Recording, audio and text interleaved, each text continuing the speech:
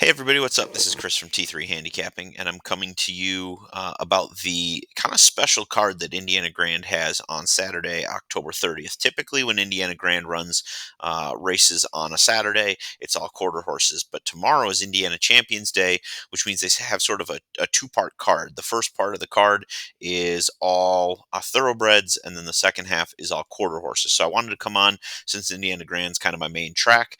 I wanted to come on and go over that card with you. So this is for Saturday, October 30th. You can follow me on Twitter at Handicapping T3, Facebook T3 Handicapping, and then of course if you want to purchase the picks, if you want to look at my Keeneland analysis on bettingnews.com, you can do all that stuff.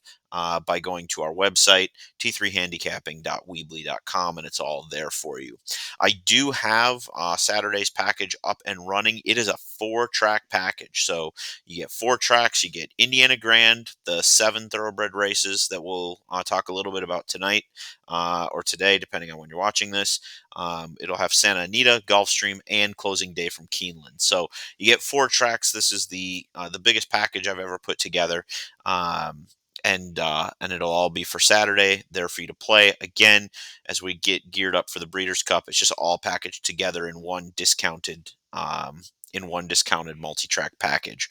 As for Breeders' Cup stuff, I'm currently in the process of making my speed figures for all of the European races, and once I have those completed, I will get those Breeders' Cup packages, hopefully at least the pre-entries, up. I'm hoping to do that before the post positions are drawn, but it is a little bit of a tedious process, so I keep working on it. And like I said, I hope to have it up relatively soon. At the latest, I want to have it up by Tuesday of next week because I know people start to really look at those races ahead of time. So you'll be able to purchase those from the website as well. With that, if you purchased our sheets on Friday, you had a pretty good day overall. Keeneland was a little hit or miss. I think Keeneland is a tough track. It can kind of bounce around a little bit more. I don't think it's predictable. I found over time that data doesn't seem to work quite as well there. But nevertheless, when you do hit, you tend to hit pretty well. So you can see I had at Keeneland, I had 3 best bets, a win, a show, and an off the board. But I did have 4 A selections and 2 B. So 6 out of 10 were within, reasonable spots. Santa Anita, very good over there. We had 2 shows, a win, and an off the board for the T3 horses, and then or the top play horses, and then we had 6 of the 9 horses were A horses, and then our best today, and tends to be the best. It's actually where this whole system was created, was at Gulfstream. We hit all 9 A selections. Now there were some short prices, some shorter fields today. But at the same time, it's always good when you can go 9 for 9 in your top picks. So good day there. Hoping to continue on with that. But we're not here to talk about Gulfstream, Keeneland, and Santa Anita, although you can get those in the package for the 30th. We're here to talk about Indiana Grand. So, one of the cool things about Indiana Grand is they offer a lot of free contests that are open to online players that you can play. So, tomorrow they actually have one both on the thoroughbred card and on the quarter horse card. The thoroughbred one starts in race number 3. That is the third thoroughbred race of the day. They're starting with the thoroughbreds. The quarters come later. So they are doing this contest. It's based on the Rachel's Warrior contest. If you've been playing along with any of those, you pick basically one horse in race 3, 4, 5, 6, and 7. You get the mutual payout. It's a $2 mythical across the board, and you get the total payout of whatever your horse gets. These are free to play. All you have to do is email your selections to indianagrandcontest@gmail.com. And I'm going to actually offer you a deal. I think these contests are great. I love that they offer them. I was playing in the Exactamundo contest. I came in 12th, top 10 advanced. So that was a little disappointing on Thursday, but I've been playing in the Rachel's Warriors on Monday as well, won a couple weeks ago. They're great free contests, so I want to promote them. So what I'm going to do is if you enter the contest tomorrow at Indiana Grand, if you finish above me in the contest, reach out to me via direct message on Twitter or on Facebook, or you can shoot an email to me through the website. or to my email and let me know your name and then where you finished. I'll take a look at the standings, and once I verify that, I will send you a special discount code so that you get some money off when you go to buy our products for Breeders' Cup. So if you're in the tournament and you're able to finish ahead of me on the leaderboard, then you can just reach out to me and I'll get you that discount code for Breeders' Cup.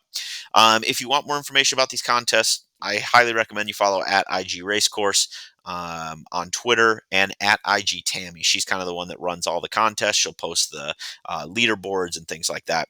So make sure you give them a follow and mention to them that you heard about their contest through us. We'd greatly appreciate that. All right, let's jump into the card here today. So I want to go over races 3 through 7. So Rachel's Warrior, let's do it. So with that being said, let's take a look at what we have. Race number 3, we're going 6 furlongs on the dirt. These are gonna, relatively speaking, be pretty good horses because it is Indiana Champions Day. So you're looking at a lot of the top runners. This is a situation where I know a lot of people are going to play through Miss Deputy Star. She's a likely winner. She's going to be towards the front. Things have been good on the front end. I haven't quite decided how I want to go with this. I'm a little nervous that if I play Miss Deputy Star, I'm not going to get anything in the contest because it's going to be such a heavy favorite. I'm actually going to look, I believe, to, I think, maybe Give Us This Day, which I know seems like a bit of a reach, but I look at the ratings index all over here in my grid, which again is just a visual representation of what you're seeing over here. But you can see stamina, class, jockey, trainer, form, rating. The stars are kind of aligning now. I strongly dislike that this horse is a closer, and I don't see a ton of speed in this race. But I do think there's a chance, knowing that Miss Deputy Star is such a heavy favorite. Cecil's Angel is another front running type, but is 15-1. Maybe that one just sprints out to the lead and tries to just wear it down. Maybe Brookville Storm goes with them and says, my only chance to win is to be on the front. And maybe that does soften things up. I'm going to go with the 3. I don't know if that's a great way to start the contest, but I just find in these contests, $2 mythical win play show, you're not going to get very far with even money. Yes, it's important to have winners, but an even money shot across the board isn't going to help you. So I'm probably almost better off taking a shot. Now, 4-1 is not a great price. In fact, it's the second choice on the morning line. But 4-1, if I win, will create a lot of separation already right off the bat from some of the other players. So that's the way I'm going to play it. Honestly, Miss Deputy Star looks really tough here. But you can see, I mean, doesn't rank at the top in a lot of the categories. That being said, I think the horse has just been ultra consistent, and that's why it rates out to an A plus grade, even though it doesn't factor in most of the top positions here on that. Moving on to race number 4. This is the second race. This one looks like it's going to be pretty hot up front. They're going to be cruising, and that's where again I end up with a horse. Now this one I like a little bit better, and I know I was just talking about how I didn't think that even money was going to get me very far. Holy Justice looks really hard to beat here. I'm not really 100% sure if you don't go with Holy Justice, uh, who you really who you come out of this with. And that's where I struggle in a position like this. I don't really want to go with No More Fake News. That looks like the one to me visually on the board that kind of jumps out as another option. But I just don't trust that one. Unbridled Victory, maybe, but I don't know. I have a lot more conviction in the fact that Holy Justice will win than I do in who was our one in the last race, Miss Deputy Star. So I'm probably going to try and just move on and advance. I think in this situation, I feel confident enough about Holy Justice that in the interest of the contest, I'm going to take whatever price I get and move on. I will say that if I was going to throw out kind of a crazy one, the one that is of most interest to me is Everything's Rosy. That might be a way that I play. Although the 2 is also kind of sneaky interesting, dropping here, and the 2 you're getting 8-1 on a front runner. So especially if the first and second race, if speed's really holding in quick paces, I might look to just bombs away with the 2 and see if I can really create that separation there on the front end. Because ultimately the 1 would have to run the 8 and the 6's race better than the 8 and the 6. And even though the 1 is a better horse, I think, than the 2, I don't know that that's going to be possible. So I'm going to go somewhere between the 8, the 1, and the 2. We'll kind of call it that, and I'll just see how the track's playing early and then go from there. Now, this one's going to be a slow pace, and again, you're getting low mutual payouts on cash logistics. Uh, I don't know how you get around cash logistics. It's going to be a slow paced race. This horse is going to be on the front, probably with stop hammer time. Red Skies at Night is going to be up there as well. And Red Skies at Night's an interesting one because it's, I think, going to be in the pace. It's going to be on the outside, which, depending on how the track is playing, sometimes that outside at Indiana Grand is a good spot to be. Um, I don't know. This is one of those situations where I think I'm probably looking at the 2, but for the purposes of the contest, I might try and go crazy here with the 9 and see if I can pull off a pretty big upset. Again, I mean, if I can beat the 6 in race number 3, I mean, if I roll here and I go with give us this day, so I go, let's say I go 3, um, if I go 3 2 9 in my contest plays, if I'm right even once, I've probably put myself 2 or 3 races ahead of everybody else, just because they're going to be chalked out. And even if their horse wins the other 2 legs, even if I'm wrong and they're right, it's going to take them winning 2 or 3 races at those prices to catch me. Um, so I don't know. I might go for the jugular early, and then if I can get through, if I can get around favorites in any of those first 3 legs, sort of make everybody catch me from there. Coming into this one, now this is one where I am not a huge fan. Now it is a moderate pace. I've got Mr. Chaos up on the front, which I like, and I have Blue Kalan coming from the back, which I typically don't like. Um, what's concerning for me about Blue Kalan, who is one that I do really appreciate, is doesn't show up on the pace. And I've talked about that before. If I don't have a horse that can get involved early on a track that doesn't like closers, that usually spells trouble to me. So now I'm saying, okay, well, if I don't want to go with Mr. Chaos, then where do I go? I mean, do I go to the 11? But the 11's kind of in the same problem. It's going to be a mid-pack horse. Well, is it going to be anywhere close to the middle of the pack, or is it going to get run off its feet early? That's what I'm not quite sure on. So, I think in this one, this is one where I guess at 2 to 1 so far, it's the best price I've gotten on the chalk. That's probably the one I'm going to have to go with. I think you got to go with the 10 here. Um, you got to play through that one and hope for the best. I just don't trust Blue Kalan coming from out of it, not being close enough to the pace. The form is good. It will definitely have the stamina to get there. And if the track is starting to just kind of fall apart on horses on the front, then that might be the way I go. But otherwise, I'm going to be quite content. You can see there are some other interesting ways to go. The 8 and the 9 are right there. The 1, Too Bad Justice, 6 to 1, going to sit just off and pounce. Should be close to that pace, so that might be one you want to think about as well. And then our final race here of the day, we're in race number 7, class level 9, 8.5 furlongs on the dirt. And we have a couple at the top of the market that look pretty good. The morning line maker gave the edge to Hungarian Princess at basically 8 to 5 on the morning line. My numbers said that the 7 outperforms it.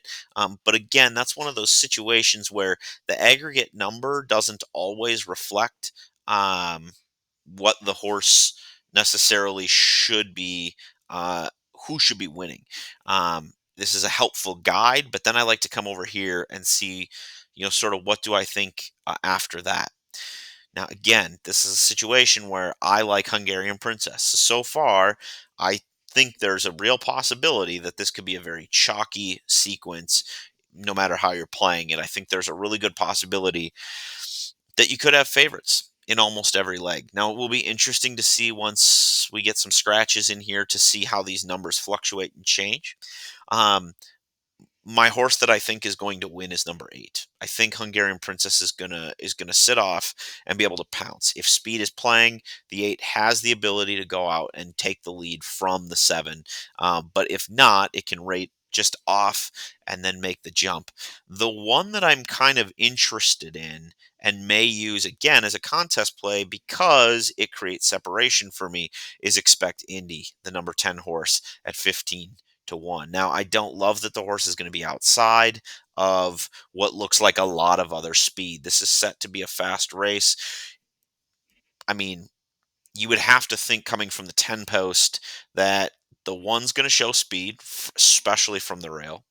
The two's going to try and show speed. I'm not sure how capable the two is of even keeping up with these ones. The three wants to be up and close. The four wants to be up and close. The five wants to be up and close. The six doesn't care. The six will go all the way to the back. The seven and the eight both want to be either on the lead or close. The 9 wants to be up and close, and then the 10 does as well. So my one concern with Expect Indy, and it's probably part of why the price is 15-1, is this horse wants to be forwardly placed, but it's going to have to beat other horses there. Could, certainly, but is still going to be outside of the 7 and 8. Most likely, the way I see the pace setting up, is going to be outside of the 7 and 8, and then is going to kind of have to follow around in about that 3 path. I know it can be beneficial to be wide at Indiana at times. I'm not sure I want a horse that I don't think is the best horse traveling 3 wide all the way around. That's just a big ask to pull the upset. So I want to play the 10 because I just think the price is right. But I also think the price is kind of representative of the horse's chances to actually win, given the circumstance of how this race is going to be run. Um, so with that, I think I'm probably going to play chalky here. Take the 8, see if I can move on from there. Unless I, like I said before, unless I see something weird in the race early on. So those are all kind of things that I'm taking into consideration. But I do think that one thing that's interesting is as you're preparing your picks and your plays for the contest tomorrow, is make sure that you're balancing your opinion with the idea that this is a $2 mythical across the board. Now, obviously, if you're playing pick threes, pick fours, pick fives, those kind of things, you're going to want to play your strongest opinions. But if you're playing a contest, especially one that's free, you want to be balancing game theory with opinion because it's not just enough to pick all the winners. I mean, yes, if you go 5 for 5, um, you'll be able to win. But like, let's say in the first race, if you go favorite all the way through, and we're back in race number 3, you've got Miss Deputy Star, and all of a sudden, here comes T3 handicapping, and they pop. This maybe isn't the best example, but let's say they pop, got this day who drifts up to 6-1. Well, now I just cashed for 14 in the win end, and even if I'm sort of close the rest of the way with you having favorites, you're going to have to win so much more just to catch me.